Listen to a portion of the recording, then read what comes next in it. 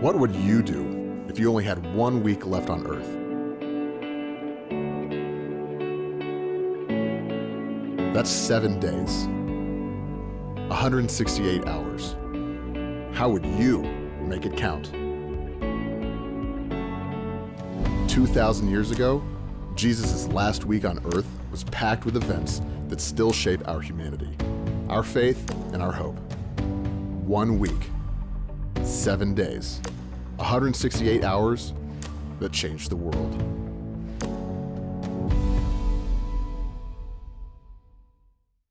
So I live with a certain set of assumptions about humanity, about people. And one of those assumptions is this.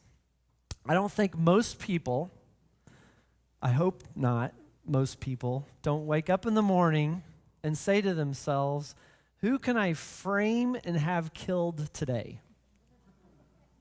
Speaking of conspiracies of Dateline, many of us have maybe watched that show and seen some of those types of conspiracies that happen, but I think that about humanity. I have to think that about humanity, that most people don't wake up that way. That's the premise we're going to operate from today, so kind of hang on to that concept and idea as we move throughout talking about Caiaphas and talking about Judas today. So to begin, we have to look at Jerusalem and understand the importance of that city when it comes to this story of Jesus' final week on earth. Jerusalem was a hub of worship. The temple was a very, very important part of Jerusalem. And Jerusalem was the place where Jesus was taken as a baby, being presented at the temple. It's a place where festivals took place. It's a place where Jesus taught. It's a place where Jesus healed. And according to the Gospels, Jesus did this in the temple courts. And the single most important event that happened every year was Passover. Passover was the largest celebration of the Jews being freed from slavery in Egypt. The Passover symbolizes freedom. And this is what was happening the last week of Jesus' life. And we know that over 2 million people from the surrounding area came to Jerusalem to celebrate Passover.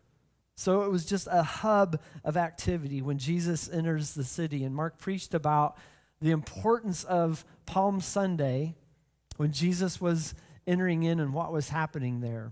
And the guy who oversaw the temple, the head dude, the high priest, was named Caiaphas. He was appointed by the Roman government, so his position was a political role. His position was to operate between the Jewish people and the Roman people, the Romans. And when what Rome did, what was really, really interesting about Rome, is when they conquered someone, they would allow them to celebrate whatever faith and worship the way that they worshiped. They would allow them to do this. And this would help a people who had been conquered feel like, well, at least I still have my faith and I can worship the way that I want to worship. So it's no different when Rome conquered the Jews, that the Jews still got to practice their faith, and Rome in some ways just kind of tolerated it. And the guy who was at the center of this was Caiaphas.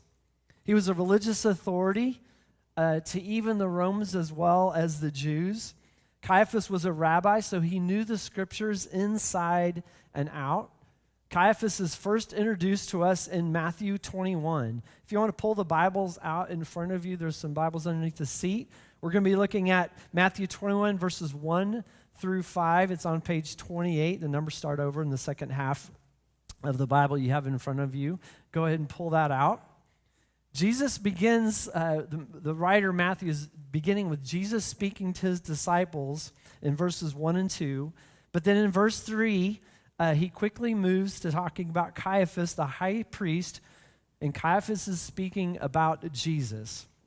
So, beginning in verse 1, when Jesus had finished saying all these things, he had done some teaching before this, he said to his disciples, he's just talking to his disciples, you know that after 2 days the Passover is coming and the Son of Man will be handed over to be crucified.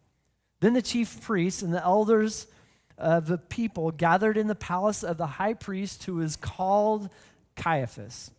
And they conspired to arrest Jesus by stealth and kill him. But they said, not during the festival, which was Passover, or there may be a riot among the people. So unpacking this, Jesus reminds his disciples that he's going to be crucified. And he says this phrase, you know. And in some translations it says, as you know. So this is not new news to the disciples. Jesus had said this to them multiple times throughout their time together.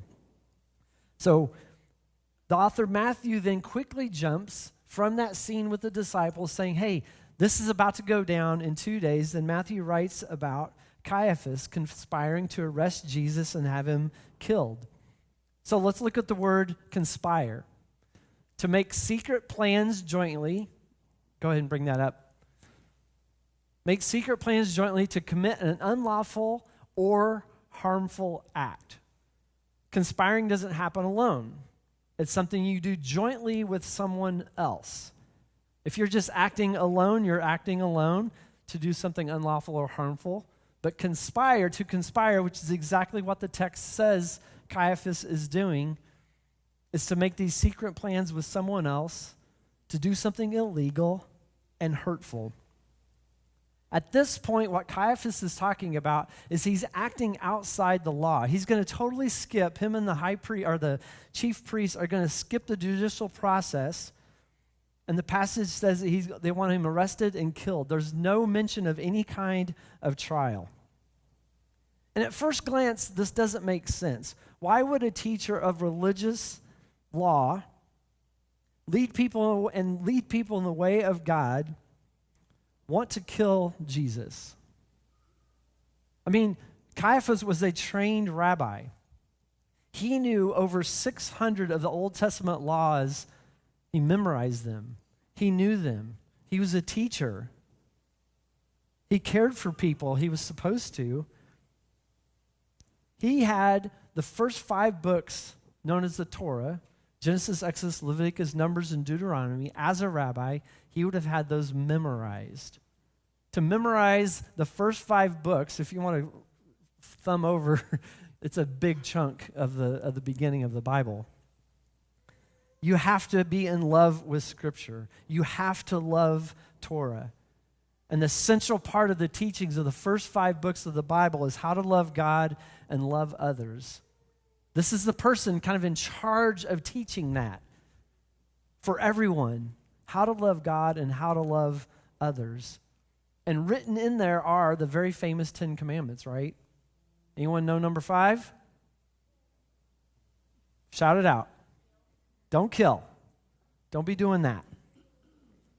So how does Caiaphas end up in a place where he's conspiring to have Jesus killed? Again, we're operating under this notion that most people don't wake up in the morning and say to themselves, who can I have arrested and killed today? So all good Dateline watchers will know if that's going to happen, why? What's their motive? What's the motive for why Caiaphas would want to do this? To understand the motive, one possible motive is what's written in chapter 23. We're not going to read the whole chapter, but written in chapter 23, Jesus is calling out Caiaphas, and he's calling out the chief priests who are supposed to be teaching about how to love God and how to love others. They're supposed to be doing that. But what Jesus says to them is, you are actually hypocrites. You say one thing, you teach one thing, but then you behave a totally different way. You teach people to give to the poor, but then you don't give to the poor. That's the very definition of a hypocrite.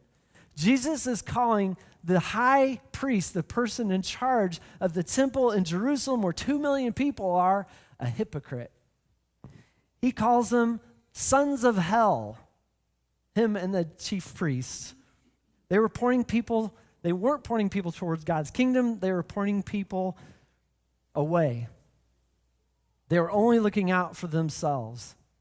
Then he tells them, You love the place of honor, don't you, Caiaphas? You love to walk in and command a room. You love to walk to the head of the table and be seated and be served. And what Jesus is saying to Caiaphas, you're not serving people, you're serving yourself. Caiaphas, you struggle with pride. And then he calls them brood of vipers. A brood of vipers harming people like a poisonous snake harms people. And Jesus is not just being mean here when he's speaking these things to them. Again, these are the people in charge of teaching and living out the law, the ways of God. He is speaking truth to Caiaphas. Jesus is speaking truth to power.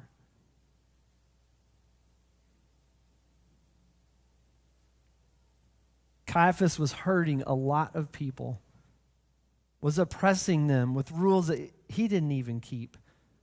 Caiaphas was not leading people toward a life of love. He was leading people toward a life of fear. Caiaphas feels threatened by Jesus. Caiaphas' power is being put into question. He's nervous. He's fearful of the Roman government. He's fearful of Jesus and how the riot could happen if he tries to arrest Jesus. Caiaphas' whole life is being ruled by fear. He's not looking out for other people. He's looking out for himself. So Caiaphas has plans to have Jesus arrested and killed are stalled because they don't want to arrest Jesus in daylight with the crowd around. Why? Because there could be a riot. So they kind of just have to sit back and stop and wait. But then along comes Judas. Verse 14 through 16 of chapter 26 tells us this about Judas. Then one of the 12, who was called Judas Iscariot, went to the chief priests and said, "What will you give me if I betray Jesus to you?" They paid him 30 pieces of silver. And from that moment, he began to look for an opportunity to betray him. So in walks Judas, conspires with Caiaphas. Remember, conspire is a verb to make secret plans jointly to commit an unlawful or harmful act. They conspire together. Caiaphas needs someone to show him where Jesus is when it's dark, when there's not crowds of people around. And Judas decides that he's going to do this. All the good Dateline watchers, what's Judas's motive? Why would Judas want to do this with Jesus? What's really, really interesting and somewhat confusing is I thought and I was taught my whole life that Judas did this for the money. The 30 pieces of silver, that's why it's in there. This is what he was given. But most scholars, when you look at 30 pieces of silver back then, and what to equate it to today's economy, even with our inflation, they said it would be around $525. That's what they would have paid. That's what Judas would have been collecting. I don't know how much a hitman costs today, but I think it's probably more than $525. I don't know what the going rate is. If you know the going rate, please don't come up and talk to me. So most scholars think that he didn't do it for the money. So why would Judas do this? This idea has led scholars to believe that Judas did it because he actually listened to what Jesus was teaching and saying. Because Jesus told him, in 2 days, I'm going to be crucified. Some scholars think it's Judas is the one who knew it, who had the guts to turn Jesus over. And they believe that because in the end, we know he gave the money back, and he felt awful for what he had done. He felt terrible. You know what's crazy? You know what the name Judas means? In Hebrew and in Greek, the name Judas means praised one. That's not how we know Judas, is it? I looked on Facebook. Do you know how many people are on Facebook, by the way? 2.9 billion people on Facebook. Guess how many are named Judas? No one. If you type in Judas, you get an amazing metal band from the 80s called Judas Priest. But nobody wants to name their kid Judas. Why? Because what's Judas known as? A traitor, a betrayer.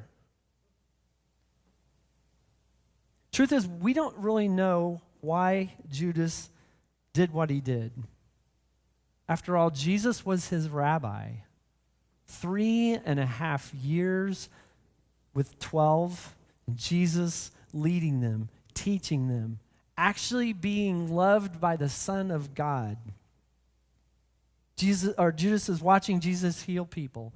He's listening to his teachings. I don't think Judas woke up every day wondering how he could conspire with a high priest to betray his friend. So here's an interesting thought for us today. How does Caiaphas, a guy who is trained in religious law, was a rabbi in charge of caring for other people, who knew the scriptures inside and out, had no doubt a pure love for scriptures and pure love for God. And then how does Judas, a guy who for 3.5 years walks with Jesus, is loved by Jesus, how do people like this get to a place in their life where they conspire to have someone killed? I think to better understand this, we can maybe look at this journey. We can look at a modern day example of what this might look like. This is a picture of Elizabeth Holmes. She has a company called Theranos. Theranos was founded in 2003. Elizabeth Holmes went to Stanford, and at 19 years old, she dropped out of Stanford because she had this idea. And the idea was this. Rather than draw out 3 vials of blood and then send it off to a lab to be tested and take 1 to 2 weeks to get your results back, her idea was, what if you did a little drop of blood from your finger, and then we could create a machine that you could put that drop of blood in, and it would give you results instantly. That was her idea. That's what she started working towards. This idea would revolutionize the medical field. Can you imagine going into a doctor's office and just having a little bit of your drop of blood, and they tell you in 10 minutes how your PSA levels are doing and how all these other things are going? And I'm sorry for that reference, but you can tell how old I am. You could figure out immediately what was going on with someone. I'm thinking about being on a battlefield, right? Like you're out on the battlefield in the heat of war, you need to know what is happening with someone, what's going on inside. It would be amazing to have results back that quick. So from 2003 to 2014, Elizabeth raised more than $700 million from venture capitalists, private investors. The board of Theranos looked like the who's who in the investment world. Her company was legit. They were on their way to absolutely change the world. 2003 to 2014, years of raising money and work and work and work to help people get results that they needed quickly. There was only one problem. It didn't work. Drawing blood, one little drop of blood, is not enough to figure out what's going on with someone. The machine that they were trying to invent didn't work. It was this brilliant idea that didn't work. The machine that they were trying to create never got FDA approval, but it didn't stop her, and she had a business partner named Ramesh, for pushing their product on a market.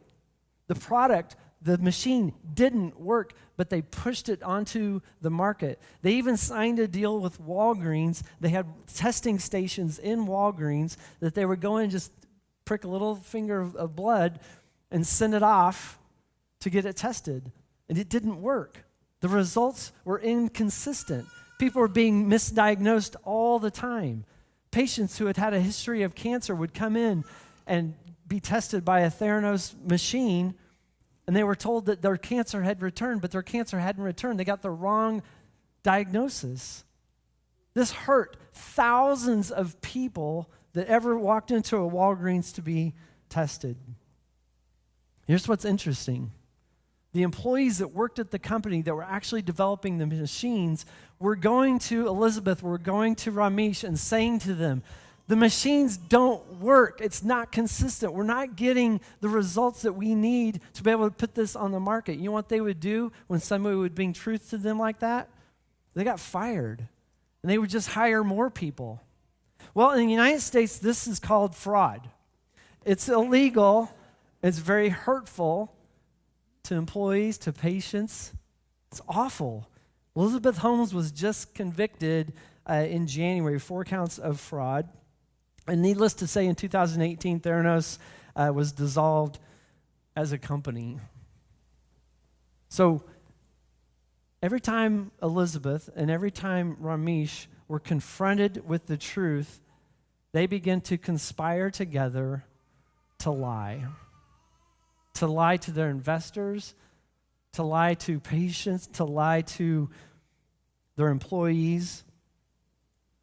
2003, 2014, they worked to try to help the medical field. There was a lot at stake. She felt threatened by the truth and the reality of what was happening. So it seems like Caiaphas was threatened by truth of what Jesus was saying. In some way, Judas was threatened by truth in his life, and Elizabeth felt threatened by the truth of the reality the machines didn't work. It didn't lead for murder for her, luckily, but a lot of hurt happened. So we conspire, I believe, when we feel threatened by truth in some way. Think about that. Who represents truth in the world? Jesus. Jesus represents truth. And anytime truth is spoken, we lead into a life that God intended for each one of us, with truth is spoken into our lives if we are wise and we listen to that counsel. And we move in a way that leads to life. But I think sometimes we inadvertently conspire, and it's hurtful to others when we do it, when we feel threatened in some way. And I would say for most of us, when we conspire with someone else, it's not illegal, but many times it can be hurtful. And remember, let's go back to our thought here about what conspire means: to make secret plans jointly to commit an unlawful or harmful act. I would say most of the time we conspire, it's hurtful. Think about the ways in which we conspire as humans. It happens probably more frequently than we realize. I'm going to give you just maybe a few examples of what this might look like in our lives. And hopefully it doesn't lead to the level of Caiaphas or of Elizabeth, but I think it affects us. One of those ways could be someone in your office is maybe underperforming in some way, not doing their job, they're not being a team player. And you talk with your coworkers about that person and they're not in the room, and you talk about how they're letting everybody else down and they're not doing a very good job. And then pretty soon you're like, you know what, let's not invite that person to lunch. They just bother me. It's hurtful to that person. To speak truth to that person is the way of Jesus, to say, hey, you're letting the team down. But oftentimes we don't want to do that. Let's just conspire together and let's just exclude them and leave them out or in some way. How about election season? When there's politicians kind of going up against each other, what do you think they do? Let's get together. Let's conspire. Let's make that person look really, really bad. Let's go find some dirt on them from a mistake they made 20 years ago. And let's bring that to light. It's hurtful. It's harmful. I think sometimes maybe we conspire about a family member who's maybe different or has different political views than us. Sometimes we make up names for those people, crazy Uncle fill in the blank or whatever it might be. But oftentimes family members will conspire and talk about another person, even in the family, and maybe they don't get invited to things. Or they're annoying. It's like, rather than go talk to them, rather than try to, it's like, it's just easier. Let's just conspire together of how we can exclude them or hurt them in some way. Or what about in your friend group? Does anybody have like a group of friends and there's like one friend that for whatever reason just gets a little out of control when you go out? And then pretty soon you're like, you know what? You talk with your friends and you go, you know what? Let's not invite that person bowling Friday night. They take their shirt off and it's always weird. Let's not go talk to them. Let's not confront them. Let's just conspire. You know what kind of happens? What's really, really interesting is that when we do that, like with a little group of friends, and I've been there a million times, just like all of us have, and you're talking about that person who's not in the room, you build a characterization about that person. Sometimes with the lowest form of whatever humanity they have, they get a little crazy, and we talk about that. And then what happens when you've talked about how crazy this person gets when you go out, and then you happen to be in a group where everybody's together, and you have characterized this person, their crazy behavior with your little people, your little group, the in crowd. Then when you go out with that person, do you know what you do? You're like, you got your little secret eye with each other. When is he going to lose it? When's it going to get crazy? You begin to want them to act the way in which you've talked about them. We do that. But here's what's interesting about truth. The truth of how we conspire is difficult to process. And the truth is, why wouldn't we go talk to our friend about their out-of-control behavior? If we truly love them as Christ loves us, we would bring them truth. And whether they listen to it or not isn't up to us. It's because we love them. If we didn't love them, we'll just sit and talk about them. But if we love them, we would go to them. If we're conspiring, we're not showing love. To love as Jesus loved is full inclusion. Loving everyone with the love of God. And sometimes that means being with difficult people. It means confronting our own motivations and to change those that are hurtful to others. When we find ourselves in a room, when we find ourselves in a place where the conspiring starts to happen, may we be the people that will recognize what's happening. Recognize that we're talking about someone else who's not in the room and we're hurting them in some way. May we show the love of God to even that group of people. What may God be leading you to do when you find yourself in that place? Because we are going to find ourselves in that place. To love with the love of Jesus, it compels us to love, not to conspire against one another. Amen.